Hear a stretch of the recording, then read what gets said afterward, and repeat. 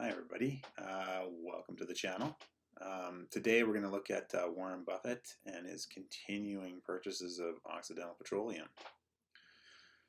So in case you haven't heard the headlines already, I'm sure you probably have, Warren Buffett has been buying a lot of Occidental Petroleum.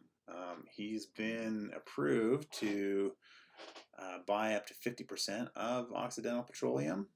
And he's making good on that promise. And I think as of today, it's like March 21st, 2023, he owns something north of like 23% of the company. So he's clearly interested in oil. So yeah, I thought that today we might look at what's going on with Warren Buffett. Why is he so interested in oil? And what we can learn from his investing thesis in oil. So yeah, it's kind of interesting to see Warren Buffett move into oil. It's not the first time he's ever done it.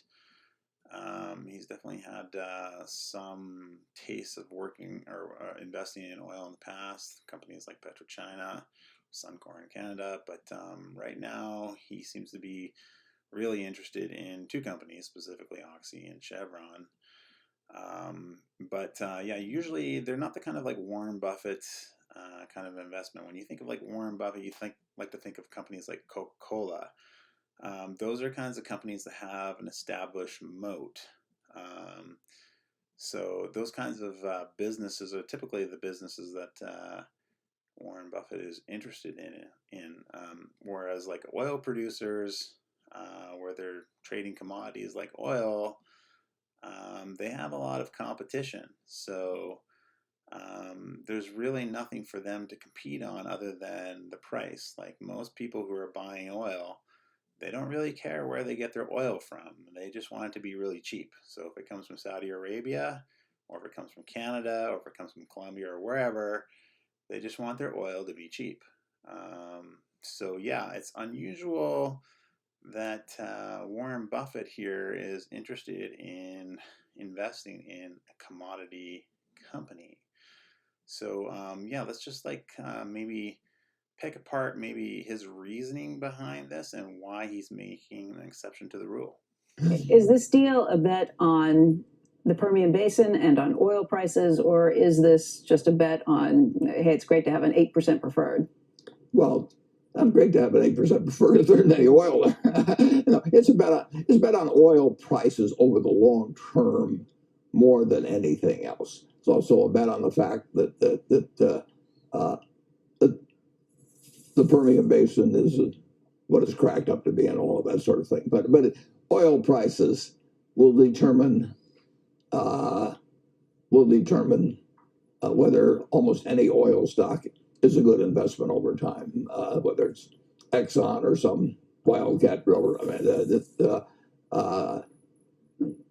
oil goes way down, you don't solve that by hardly anything. And if it goes way up, you make a lot of money. And it's not what it does next week or next month or next year. You're buying reserves that go far out into the future. So you have to have a view on oil over time. And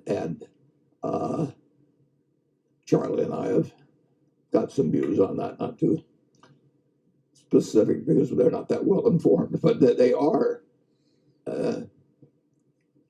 We feel good about doing the financing. Yeah, so you can hear Buffett talk about oil, and he really thinks about it long term, and he is a big believer in oil over the long term, which is what caused him to make his initial purchase in Occidental Petroleum to begin with. And you can see, obviously, he is, 3 years later. That interview was from 2019. Or no, I guess it would be like 4 years later. He's still a believer in Occidental Petroleum, and he's continuing to buy the company, and it's all because he believes the price of oil is going to either remain where it is right now, or even possibly go higher. He thinks that it's going to be a profitable company, and I think that's probably the case for a lot of oil companies. A lot of them are undervalued, and you can see a lot of them, their equity values have exploded and their free cash flows are doing incredible. So, yeah, Occidental Petroleum is not alone in that story. Nonetheless, still, if you look at the supply and demand side of things for oil, um, dig in a little bit deeper, you can see the supply is decreasing and demand is increasing, and that's been going on for decades. Here's a 2019 interview with Peter Lynch talking about the Permian Basin and the decline rates for some of the oil producers there, and how that's going to affect the supply side. One broad area that you've recently said might be interesting is energy, and it's very unloved on Wall Street right now. What do you see in there? Well, the difference between a glut right now and a shortage is like 1 million barrels a day. You know, the world consumes 100 million barrels a day, 1 million each way. So if the economy stays okay, and these shale wells, you do 1,000 barrels a day the first month, a year later they're 300. Wow. And then they're 150. Big drop off. It's a real treadmill. And right now there's no private equity money, there's no IPOs, there's no bond market, the banks want out, private equity wants out. Shale's going to slow down. So these people think that shale's going to keep growing 2-3 million barrels a day. We've gone from 5 million barrels in the U.S. producing to 12 and a half. People think that's going to continue. I don't believe it will. So yeah, Peter Lynch talking about the constraints in supply in the Permian Basin, and yeah, you can see that kind of happen. That was an interview from 2019, and here we are in 2023, and you can sort of see how some of those issues haven't gone away. Supply side, there's still constraints, and it's not just in the Permian Basin, it's a lot of different places.